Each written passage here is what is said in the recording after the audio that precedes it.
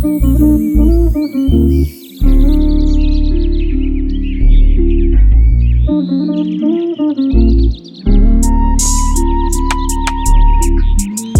de Breton, le podcast qui donne la parole aux Bretons et les croit sur parole. Bon bah voilà, c'est parti, un nouveau podcast avec le retour incroyable de Peggy, de moi. Voilà, je suis rentrée de Paris, je suis très contente d'être ici. En plus, on accueille quelqu'un que j'ai rencontré donc dans la région en venant de m'installer, qui a été un petit peu un déclencheur lorsque j'ai commencé donc mon travail de vedette locale.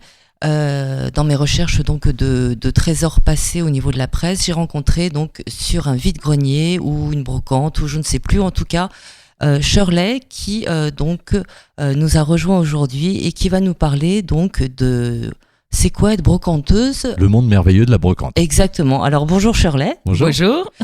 Eh bien présente-toi alors parce que tu as une magnifique brocante à Tréguier. Donc alors dis-nous où c'est et présente-toi. Alors, je m'appelle Shirley, j'ai 30 ans. Ouais. J'ai ouvert avec ma mère une brocante sur la place des Halles de Tréguier le 1er juillet 2023. Et depuis, on s'arrête plus. Dément. Alors qu'à la base, j'étais plutôt sur les déballages. Donc, C'est-à-dire plutôt sur les brocantes, vide-grenier. D'accord, et là maintenant tu as une boutique. C'est son premier lieu, ouais. Ouais, maintenant c'est le lieu. C'était important parce que à la base, quand je me suis lancée dans la brocante là ces dernières années, je rénovais surtout du meuble.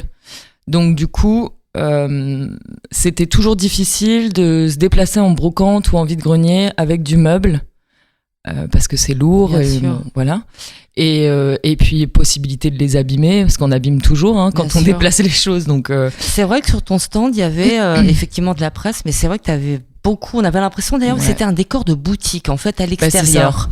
C'est ça. Ouais. Et le linge de maison également. Il faut savoir quand même qu'un drap en lin, ça pèse entre 1 kg et 1,5 kg.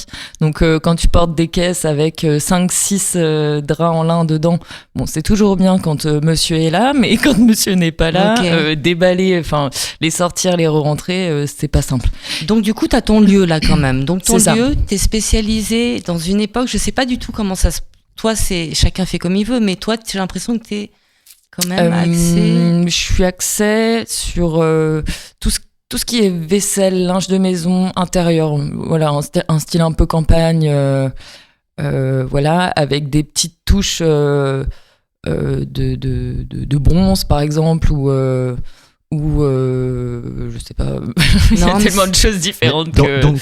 Donc ça se passe comment ? Tu sélectionnes toi de toute façon ce que tu as dans ton truc. Tu fais pas une brocante genre comme on en voit pas particulièrement. C'est pas un bric-à-broc. C'est pas un bric-à-broc. Ouais, c'est bien dit. Je vais dire ça comme ça. Okay. C'est pas un bric-à-broc, c'est pas voilà, on met pas tout et n'importe quoi. D'accord. Je vais pas mettre de la vaisselle en plastique ou bon voilà, c'est vraiment ce que je vends, il faut que j'apprécie. Donc il y a un style Shirley. Il y a un style Shirley et un style Corinne parce que je travaille avec ma maman et elle a sa touche aussi. Elle m'aide beaucoup pour avoir les idées de ce qui va venir. Elle est assez forte pour ça. Elle est visionnaire Elle est visionnaire. Ouais, elle a un côté hyper visionnaire où elle va me sortir des choses et je vais lui dire oh là là mais qu'est-ce que c'est que ça, et puis en fin de compte en fait t'es contente de la voir parce que ça marche. Je pourrais pas réussir sans. D'accord. Je pourrais pas réussir aussi bien si je l'avais pas. Ça c'est sûr. Et dis-moi, alors quand on fait ce métier-là, il y a un réseau qui se fait. Est-ce que dans la région, parce que bon, il se trouve que Jacques et moi, on aime beaucoup les brocantes. Effectivement, il y a beaucoup de belles choses ici, en fait. Ouais. Et est-ce que, donc, du coup, particulier en Bretagne, vous êtes combien ? Est-ce que... Comment ça se passe ? Est-ce qu'il y a une bonne ambiance entre eux ? Est-ce que vous passez des plans, des trucs ? Ou est-ce que c'est très perso ? Comment ça se passe ? Alors, il y a 2 niveaux. Il va y avoir, soit celui qui va se prendre pour un concurrent vraiment. enfin qui va se prendre, qui va se dire que on est Vous êtes en concurrent, concurrence, ouais. on est en concurrence, alors que pour moi il n'y a pas de concurrence dans la brocante, parce que chacun a sa personnalité et chacun a ses connaissances, et c'est tellement gros que on peut pas tellement être pareil. C'est pour moi c'est pratiquement impossible, ou très rare du moins. Donc voilà, il y en a il va y avoir beaucoup de jalousie ou ce genre de choses. C'est un métier qui est pas pas des plus sains. D'accord. D'accord. Ok. Et donc c'est pas un métier. Alors, et la deuxième, le deuxième. Et le deuxième point, il va y avoir des gens avec qui on va avoir un lien et avec qui on va pouvoir travailler. Je sais que j'en ai une en l'occurrence à laquelle je pense, avec qui voilà je travaille, où il y a eu vraiment un lien qui s'est fait là-dessus, parce qu'on se rejoint et que elle également m'apprend pas mal de choses qui peuvent me manquer encore aujourd'hui par rapport à ce que je peux vendre. Et du coup, vous vous refilez entre guillemets des plans ou de la marchandise ou bien? Par exemple. Ouais, ok. Ouais, on peut se faire des échanges. On fonctionne beaucoup comme ça. Moi, quand je lui trouve des choses que je sais qu'elle va apprécier, bah, je lui les laisse. Et ouais, voilà. Et vice versa, quoi. Et vice versa. Ok. Bon, voilà, c'est un peu comme ça qu'on fonctionne. Et alors, c'est quoi la journée type? J'imagine que tu te lèves super tôt, vous faites les vides maison, vous allez vous les Comment acheter. ça se passe? Ouais, nous on est. Voilà. C'est quoi les secrets? Ouais, c'est ça. Alors moi, j'ai beaucoup de chance parce que j'ai une mère du coup qui cavale beaucoup. Qui est une grande chineuse invétérée et du coup qui trouve énormément de choses parce qu'elle passe son temps à courir un peu dans toute la Bretagne. Et alors, comment elle fait? Je sais pas, sans trahir de secret professionnel, mais elle a un rendez-vous chez On l'appelle. On l'appelle. Après, c'est du bouche à oreille. Il n'y a pas forcément besoin de se faire des placards de pub ou les gens, s'ils veulent venir vous voir, ils viennent vous voir. S'ils veulent vous appeler, si ça passe au téléphone, c'est bon, quoi. C'est une question de confiance, parce que il y a une chose qu'il faut quand même comprendre, c'est que la plupart du temps, quand on achète des choses, c'est des choses de famille ou Oui. soit des héritages, ou alors des choses que la personne en elle-même a eu toute sa vie et nous vend. Donc il faut quand même un lien hyper important ou une confiance les uns Il y a un vrai l'un côté envers l'autre. sentimental en fait. En tout cas, moi, je fonctionne comme ça. Attention, après, Oui, dans oui. le métier, on fonctionne pas tous comme ça. On n'a pas tous la même manière de voir les choses. Mais nous, en tout cas, ouais, on est plutôt dans le sentiment. D'accord. Et donc tu as un respect du coup pour l'objet, quoi. Ouais, Ah oui, un et son histoire. respect pour les gens, pour l'objet, pour Mais le vécu c'est ce que je trouve beau en fait quand on apprécie en fait les brocantes, tout ça, c'est que effectivement on a accès à des objets anciens qui ont une histoire. Enfin, c'est cette Et plus tu as l'histoire, et mieux c'est. Plus tu apprécies l'objet, justement. Parce que quand tu vas quelque part et qu'on te dit, ah bah c'est quoi son histoire, bah je sais pas. Bon, c'est pas. Ouais. C'est dommage. En fait, Ouais, c'est bien dommage sûr. de pas. Donc du coup, c'est ça qui est intéressant quand on achète. Mais du coup, la journée type, bah c'est en fait, on sait jamais. D'accord. Ouais. C'est un peu, on vit un peu au jour le jour. On va avoir des prises de rendez-vous, hein, mais je veux dire, c'est souvent au jour le jour. On t'appelle et boum, il faut y aller, quoi. Ouais, bon, il faut y aller, ou alors on prend rendez-vous pour la semaine d'après. Mais en soi, c'est un peu comme un paquet cadeau, quoi. On sait pas trop ce qu'il va y avoir dans la journée. On sait pas ce qu'on va avoir. c'est un peu une chasse au trésor finalement. C'est un non peu une chasse au trésor sans avoir de piste. Et est-ce que justement, t'es déjà tombé sur un trésor? Bah, ce trésor sans tomber dans l'incroyable, hein, mais t'es déjà tombé sur un truc, voilà, où qui t'est oublié, on savait pas. Tu sais, on voit souvent Ou pour ces toi. histoires. Ou pour toi d'ailleurs. Ça a été quoi toi l'objet le plus un beau souvenir de quelque chose que tu as? J'ai pas en tête vraiment de. D'objets. Ça va revenir. En fait, avant, on pouvait trouver des trésors beaucoup plus facilement.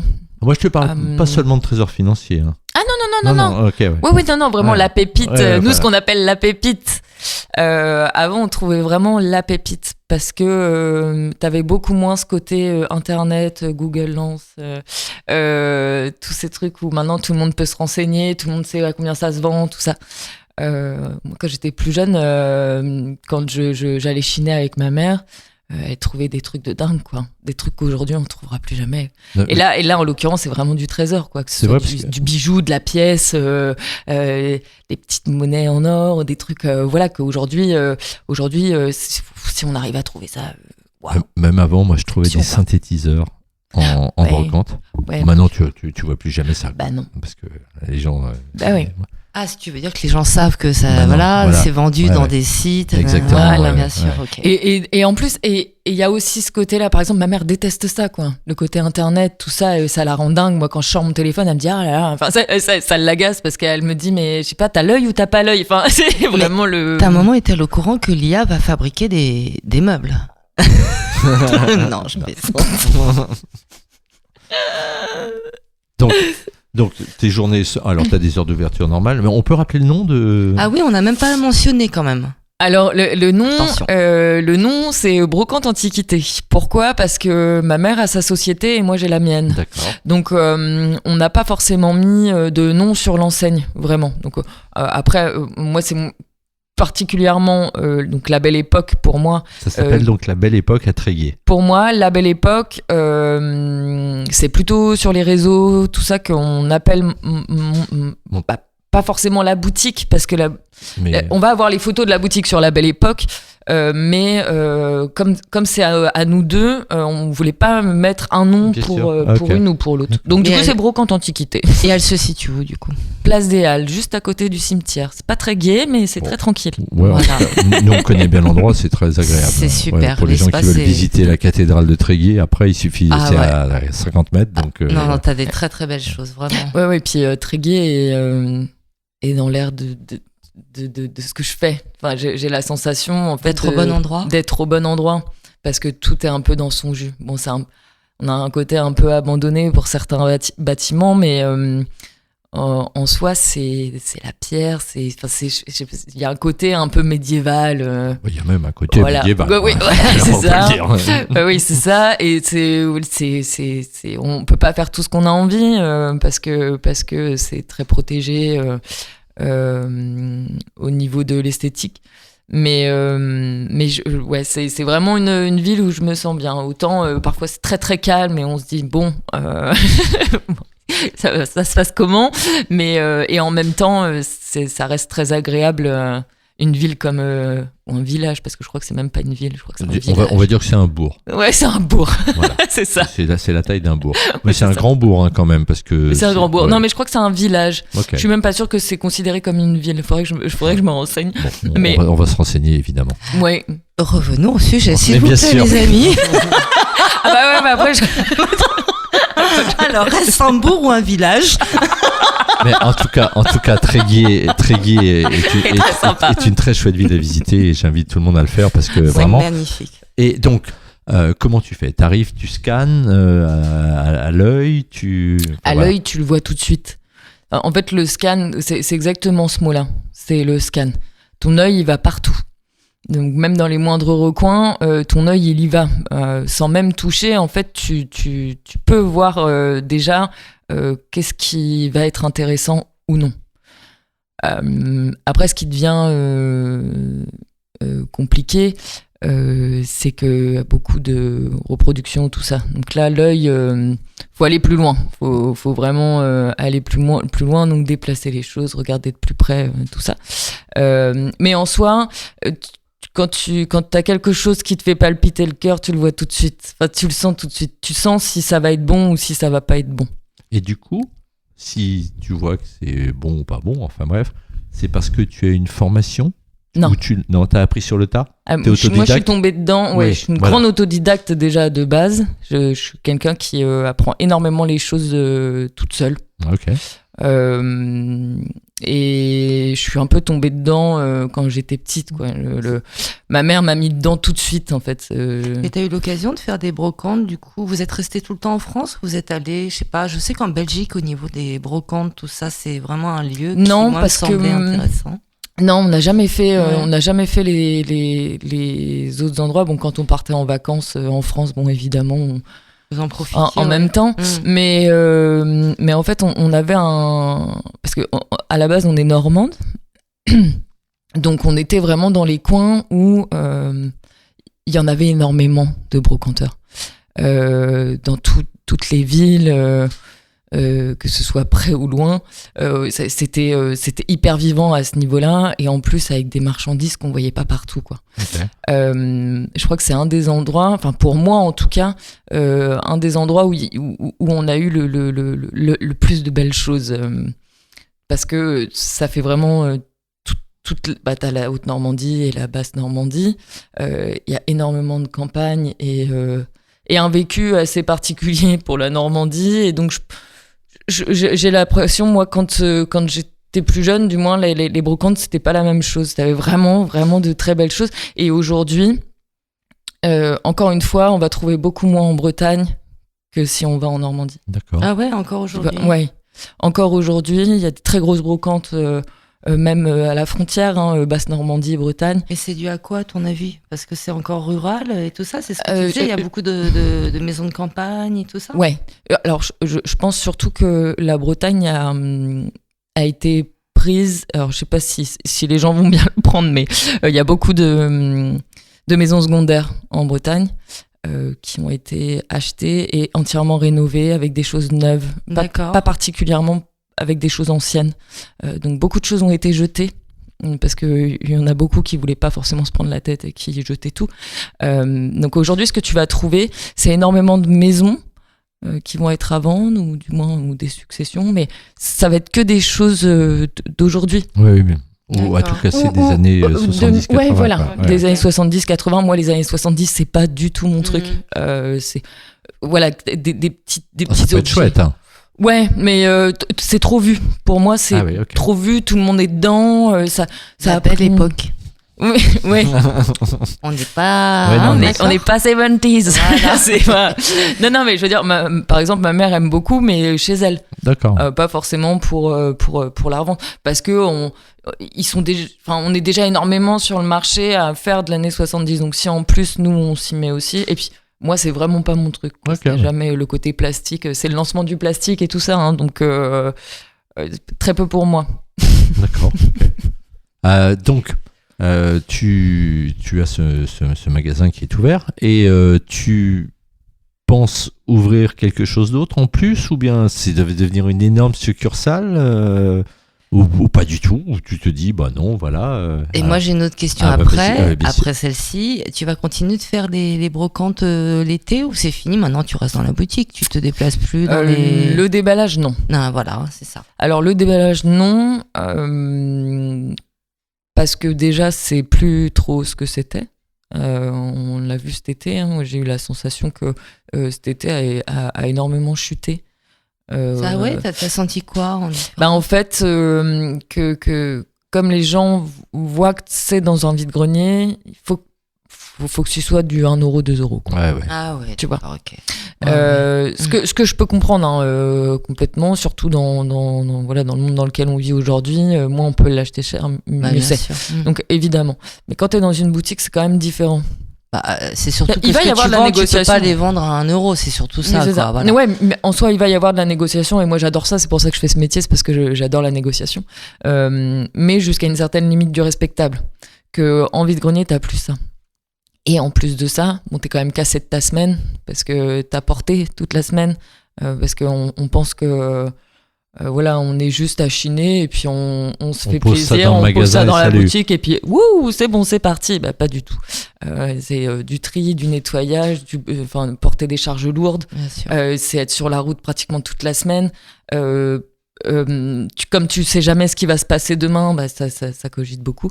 Donc bon, voilà. Donc pour répondre à ta question, sans partir dans tous les sens, je pense que je ferai plus, sauf peut-être les gros déballages. D'accord. Mais voilà, ça pour le moment c'est pas là, quoi.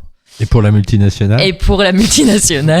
Alors moi je suis quelqu'un qui a toujours eu 40 000 idées à la minute. Je suis quelqu'un qui veut être partout, mais quand je commence à me mettre partout, en fait je suis nulle part. Donc du coup, je me calme un petit peu.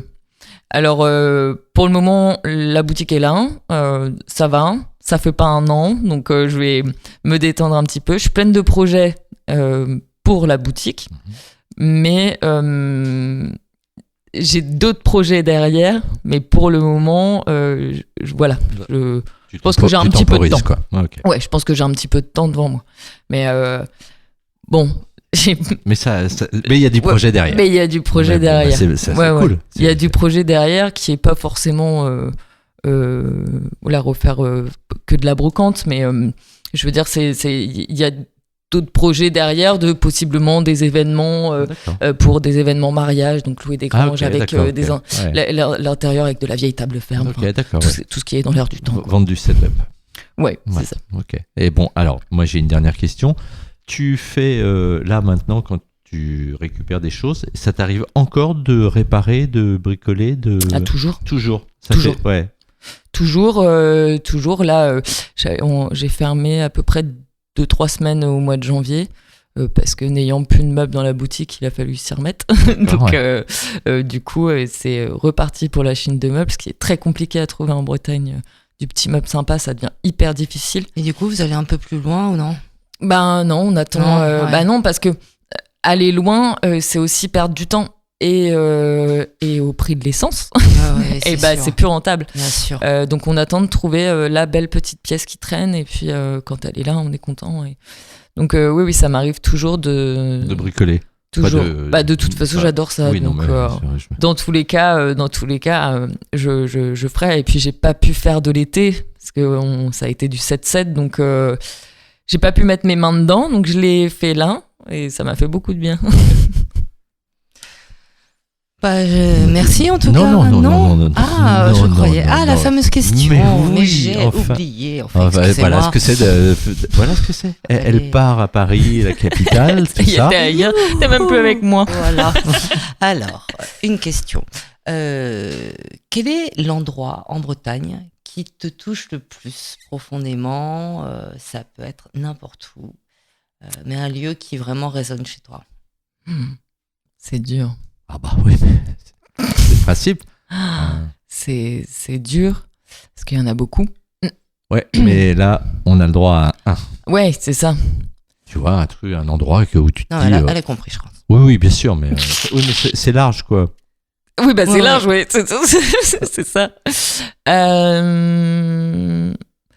Je vais dire un truc qui dépayse un petit peu. Enfin, un endroit qui dépayse un petit peu, c'est la Torche. Ah ouais, ok. Mais là, c'est carrément Bretagne Sud, quoi. Ouais, Bretagne Sud, mais parce que si tu y vas, tu te sens vraiment un peu en vacances. La Torche, donc. La Torche, voilà. C'est une plage, oui, alors il y a ça, mais c'est surtout que c'est une très grande plage. Qui se trouve où, là, alors exactement. C'est une sorte de presqu'île dans le sud. Je vais dire une bêtise, on va me corriger après, c'est peut-être le Morbihan. Oui, c'est le Morbihan. Ok.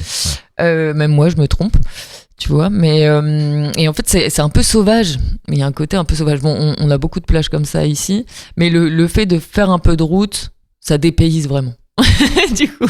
Et alors une deuxième question. Vas-y, pose-la. D'accord. Quel est le premier concert où tu as payé ton billet en te disant je veux les voir ou je veux le voir, enfin? Alors ça, c'est dur parce que j'ai jamais été très musique. D'accord, mais t'as été à un concert une fois dans ta vie. Et même classique. J'ai acheté mon billet. C'est avec des copains à Lannion.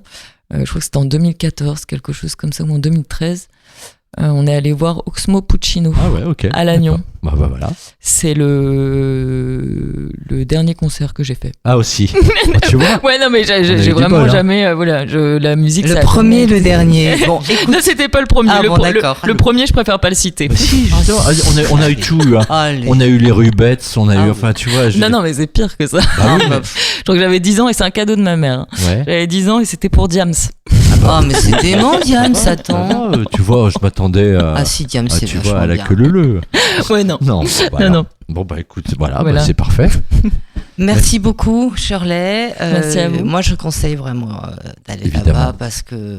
Je mettrai tous les liens sous l'article. Moi, je vous conseille de venir aussi. À bientôt. Au revoir. À bientôt. Au revoir. Parole de Breton, un podcast réalisé dans les locaux de la mairie de Pontrieux par Peggy Moquet et Jacques Louansec. Disponible sur tous les réseaux et aussi sur paroledebreton.bzh, parole au singulier et breton au pluriel. Réalisation technique Jacques Lonsec, musique générique Ulysse Gadio.